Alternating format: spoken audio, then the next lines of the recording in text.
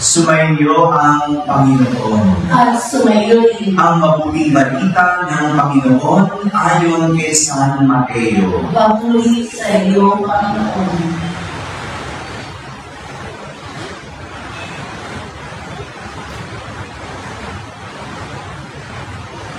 Noong panahong iyon, sinabi ni Jesus, sa aba ninyo, mga eskriba at mga pariseyo, mga mapagpaimbabaw.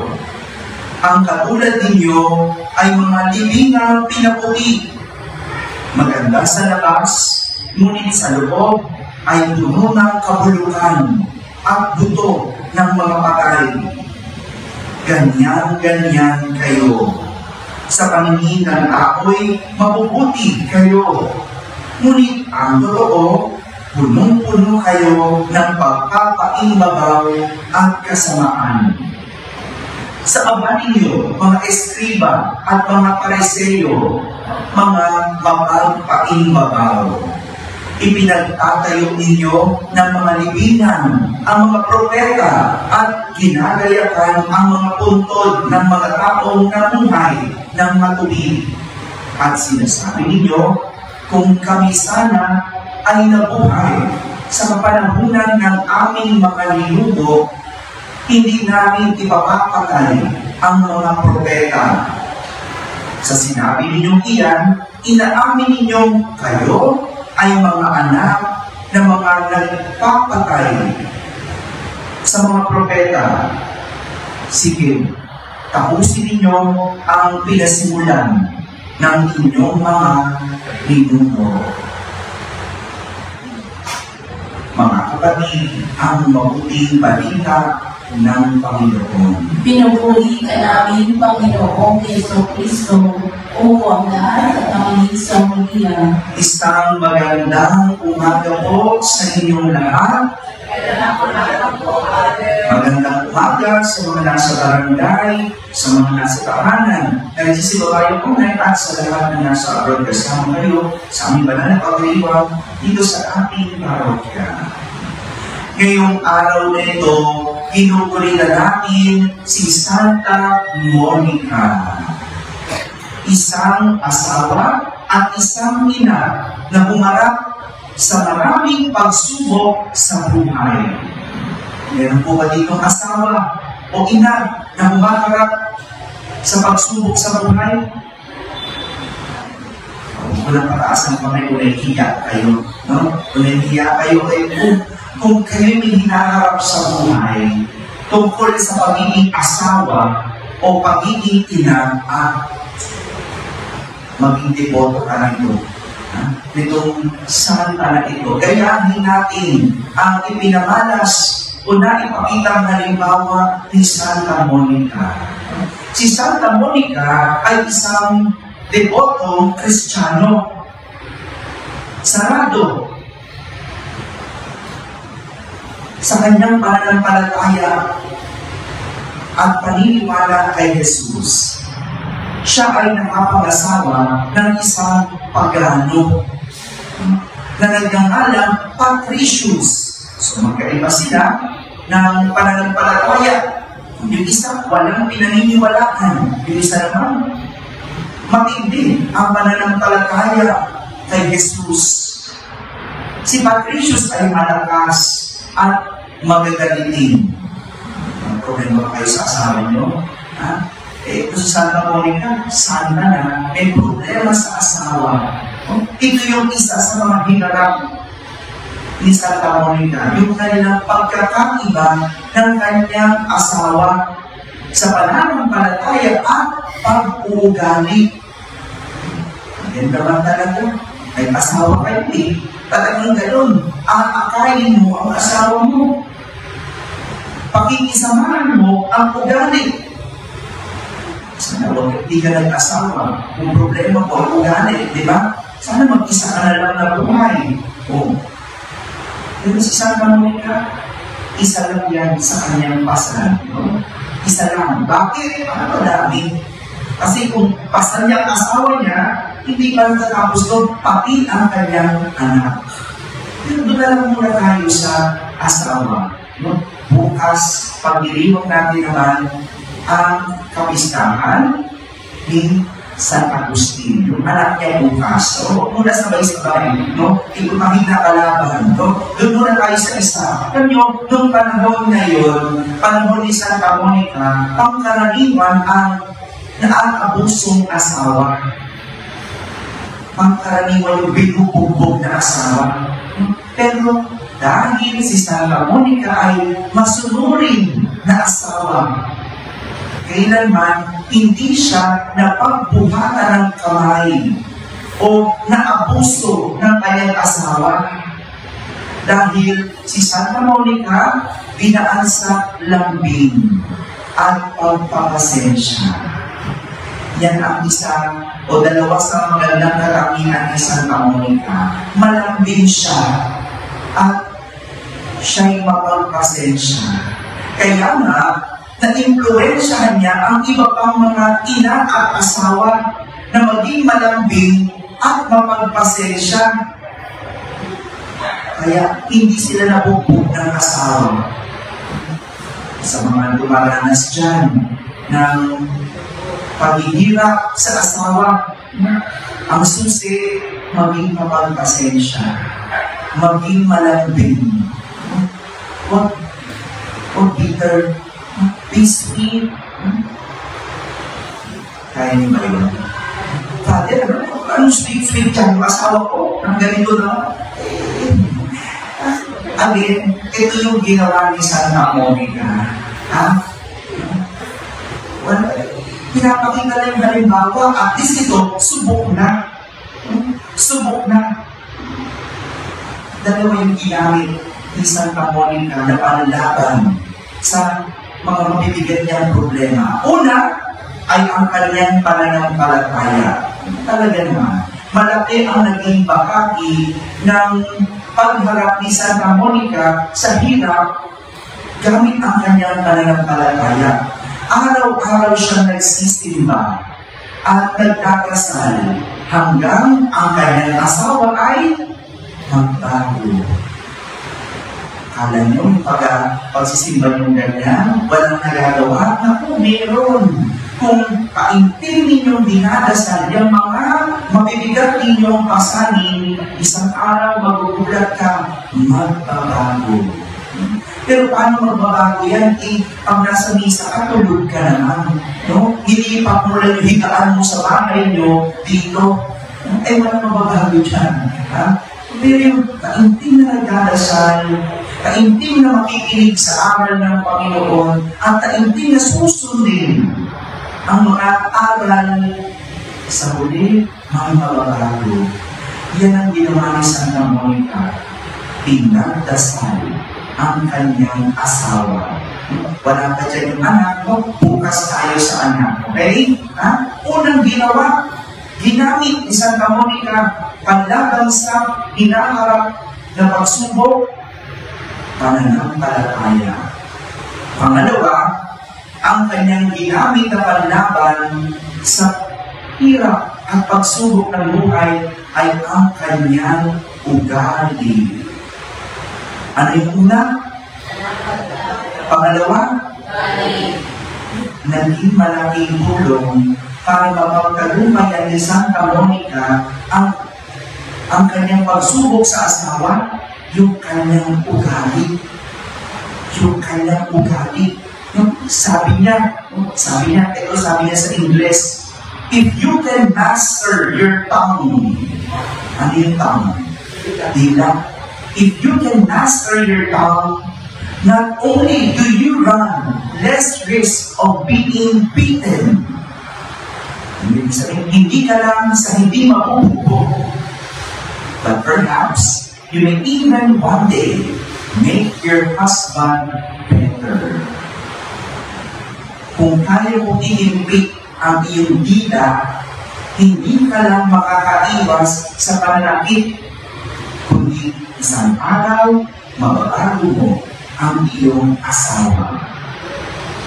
Isang araw, mababago mo ang iyong asawa. Kaya niyo ba yun? Kontrolin ang inyong mga dila. Controlin ang inyong mga bibig. Hello. Father, kung dadasal na nga lang ako, dasal na lang, kasi hindi ako talaga may sariling buhay eh. Minsan pasmado.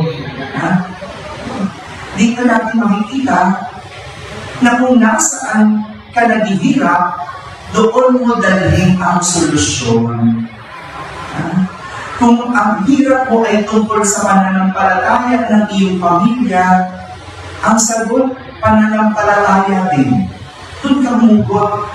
Kung yung ang anak mo hindi nagsisimba, ayaw magsimba, pasaway, hindi marunong sumunod, ang dasal mo. May sagot. At hindi walang kung anong pwedeng gawin ng Panginoon para baguhin ang pamilya mo. Basta dasalin mo, idasal mo. Baka naman ulit o ka rin magdasal.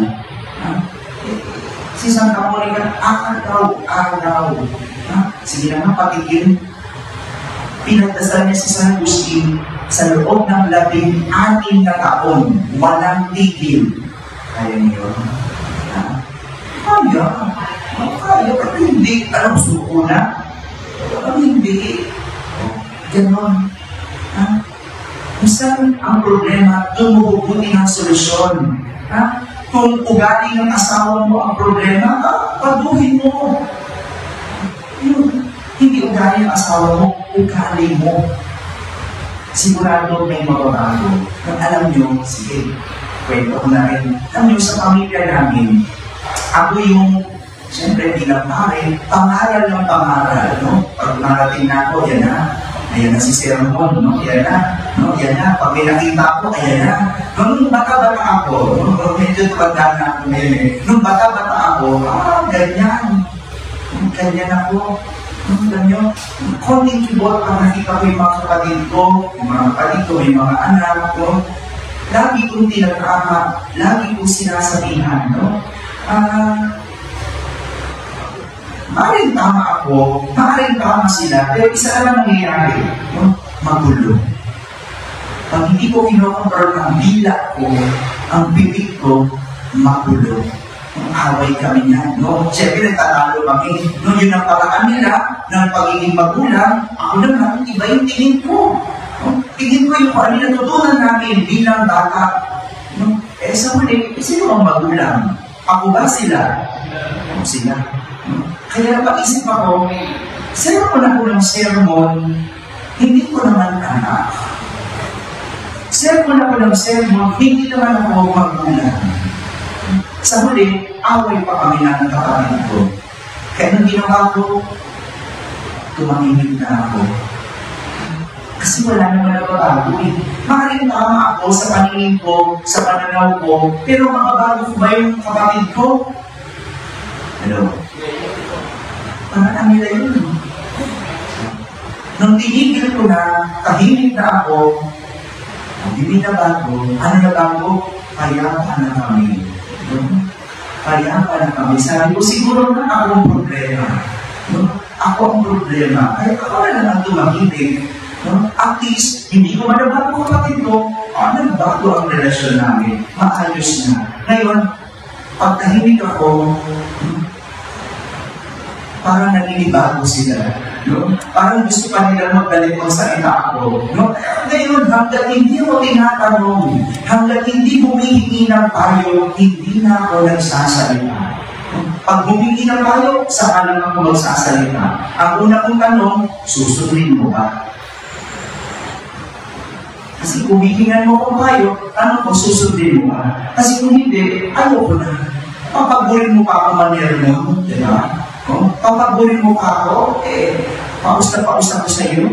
Tapos sa huli, hindi ko rin susundin. Kasi sa huli, alam ko, magkakaano.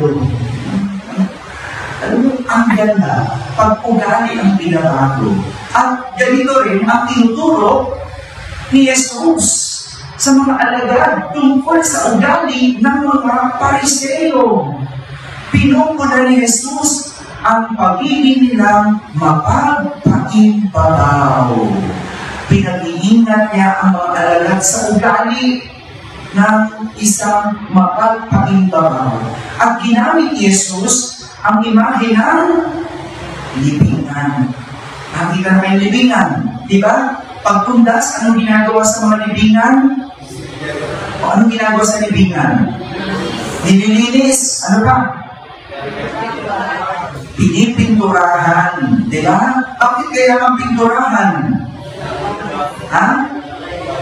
Para maganda tignan. Siyempre, buong taon, di ba? Nagulanan, araw, dumi, puti, di ba?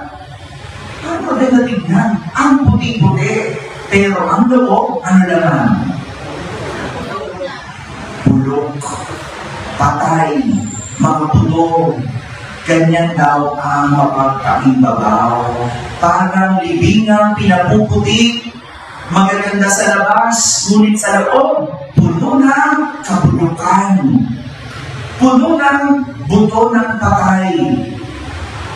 At sabi ni Jesus, ganyan-ganyan kayo.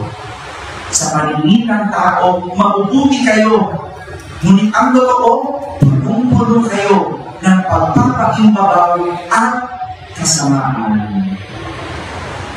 Ganyan na mapapaibabaw, maganda sa labas, pero sa loob, bulok. Mabuti na lang si Santa Monica nagpakita ng magandang halimbawa na dapat nating gayahin. Sa panloob, ang panlabas, siya'y naging mabuti. Kahit yung labas niya, masama. Sino nasa labas? Yung asawa niya. Yung anak niya. O kahit yung paligid sa kanya sa labas, masama. Pinanatiling niya mabuti ang loob. Kaya naman sa huli, hindi lang niya napagtagumpayan ang kanyang pagsubok sa asawa at anak na bago pa niya ang mga ito. Kaya ganun din ako. Siyempre, pangit ka, akala tingin pamilya mo, ay perfect, ay magandang pamilya nila, ay buti pa sila. Kasi pare, pero hindi nyo rin alam, siyempre sa loob, nagtatalo-talo kami dahil may paring anak. Sa loob, nung magulo kami, bakit? Kasi may paring anak. Ako pala yung pampagulo. Pag ako'y nag-servo na, pero hindi naman ako timpik ng dila, timpik ng bibig. Gusto ko rin, payaman ng pamilya. Yung nabago, hindi ko pa alam. Malalaman ko pala naman yan kapag sa muli. Hindi pa naman huli. Kaya hindi pa tapos o hindi ko pa nakikita kung may magbabago. Pero isa naman maganda, at least pag-iapat. Tahimik ang pamilya. May nabago, may nabago. At sigurado, may mababago pa. Mga kapatid, ganyan si Santa Monica. Kaya nyo ba? Gayahin ang kanyang nasa loob. Ang nasa loob, ugali at pananampalataya. Iyan ang kanyang ginamit para harapin ang nasa labas. Anong nasa labas? Pagsubok sa buhay. Ang panlaban, ugali at pananampalataya. Amen.